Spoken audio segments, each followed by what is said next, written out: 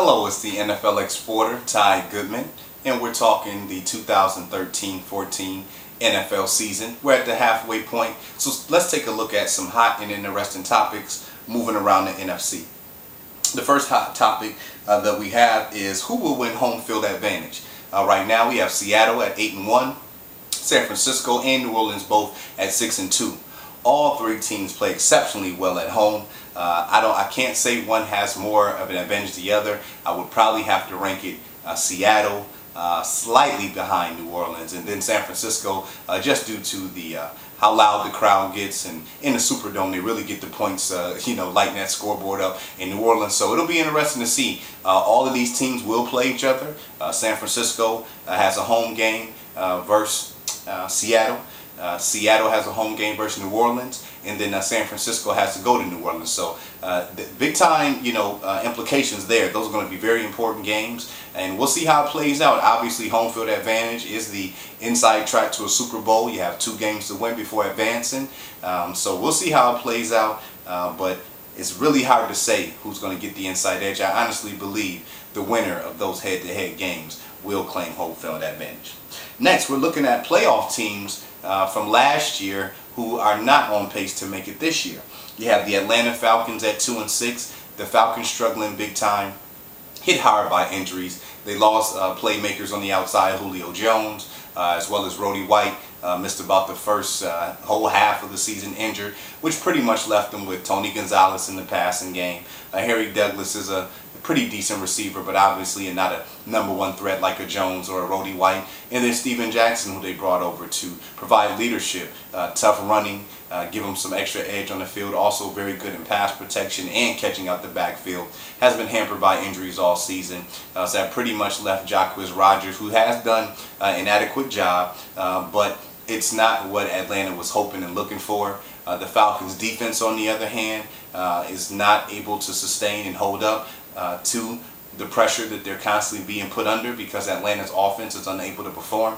And you can see the frustration on Matt Ryan's face at this point where, teams are pretty much blitzing and able to put a game plan together to really limit his passing options as well as stopping the run. So it doesn't look good for Atlanta at all. The rest of the season, they'll probably end up somewhere around 5-11, 6-10, and some big time questions and things to address on this team in the offseason that has Super Bowl aspirations after being just 1 play away last year.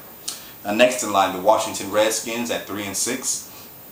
Again, I don't know how concerned we are at this point, with the exception of this is not last year. We know that at this time last year, Washington was 3-6. They were able to go on a 7-game winning streak, came into the playoffs smoking hot. I don't see that happening this year. For starters, you don't have a healthy Robert Griffith III, who was big and the key and essential part of making that run last year. They also do not have the ground game as effective as they had it, and the defense is pretty much in the same condition, but it was really the offense that was able to churn out yardage on the ground, play ball control, and be very effective off the play action pass with Griffin's precision passing. But this year I don't see that happening. The NFC East is weak, so they do still have an outside chance of possibly winning the division, but I don't expect to see the Redskins in the playoffs this year. A little bit too late, just with all the different things they had going on, especially Griffin coming into the year with not even a preseason game under his belt. Last but not least, the Minnesota Vikings at 2-7, and it's just been all down here for Minnesota this year. On the offensive side of the ball, Adrian Peterson continues to be a stud, but a carousel at quarterback with injuries to Christian Ponder, and then over to Matt Castle. They ended up bringing in Josh Freeman. He went down. Ponder was back. He got injured again. So without stability at quarterback, makes it very difficult, obviously, to be effective in the passing game, especially taking into consideration the passers I just mentioned with Castle and Ponder and Freeman are not the best in the business. Wide receivers, fairly decent. Greg Jennings, new coming in, having to learn and get acclimated with the system.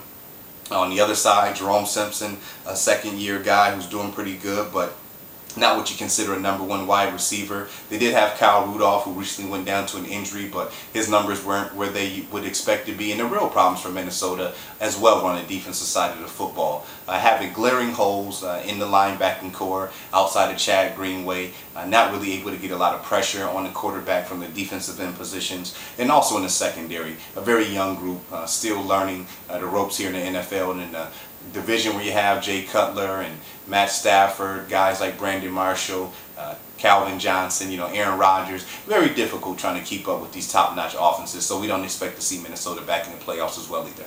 Another hot topic that we're looking at is the underrated talks of Tony Romo. I think it's very simple when it comes to Tony Romo being underrated. We look at championships. We look at winning as success. And for Tony Romo, he's been a guy who's had a great deal of success in a regular season. I don't think anybody can dispute that Tony Romo can pass for and put up, 3,500, 3,600 yards in the season with 30 TD passes and maybe, 12 to 15 interceptions. I don't think anybody disputes that at all. He's pretty much done it consistently, sometimes a little high on the interceptions, but, that is definitely attainable for Romo, which are excellent numbers. It is also, though, about winning and being a leader. And I don't see the leadership qualities that you've seen in some of the game's greatest and most, revered quarterbacks, guys like Tom Brady, Joe Montana, John Elway, guys who really, took their team on their backs and pretty much wouldn't let them fail. So I don't see those leadership qualities in Romo. And then also when it gets to the playoffs, he's just not able to deliver. Now I know it's a team sport, but the quarterback gets all the credit and glory for winning. So when his team loses, he has to take his blame as well. And in this particular case, I don't think Tony Romo is really going to get validated as a quarterback despite what regular season numbers he puts up until he's able to take Dallas deep into the playoffs or even perhaps win a Super Bowl. All right, another hot topic we have is, can Green Bay survive without Aaron Rodgers? I don't see that happening. This is a team that really relies on Rodgers. They have been getting much more balance this year with Eddie Lacy, and particularly the last 5 games where he's rushed for over 100 yards.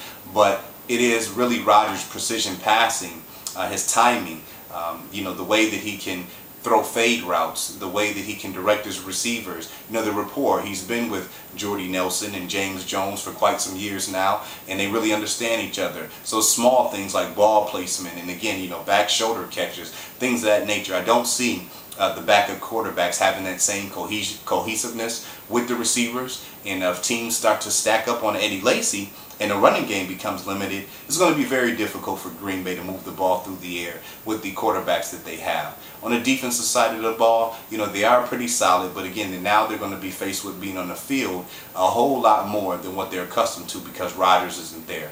If Rodgers misses 4 games, I do believe that Green Bay can find a way to go 2-2. Which would put them at 7-5 upon his return. And if he can return with 5 games left in the season, with the Packers being a game or 2 out of first place, really a game out of first place, coming on those last 5 games, a healthy Aaron Rodgers definitely can get the job done. So we'll see how it turns out. But if this injury proves to be long term, I don't see Green Bay being able to sustain with Rodgers not being on the field. All right, and last but not least, on my MIA report, Marcus Colston. Where are you?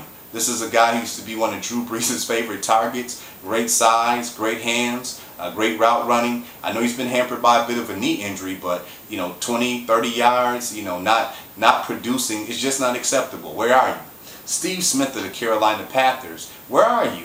This guy can barely get 50 yards receiving in the game. I mean, I understand he's 34, but Smitty has always been a big-time playmaker, especially with run after the catch, and just seems like he's lost a step and is unable to separate from defenders how he once was a couple years ago when Cam Newton first arrived. Another guy, Steven Jackson, injuries unfortunately have taken this guy down. When on the field, Jackson is still one of the best in the business, but injuries have really hampered him the last couple years. Only able to play in about 2 to 3 games this year in Atlanta, and that's not at full health. So big time disappointment, Steven Jackson. Where are you?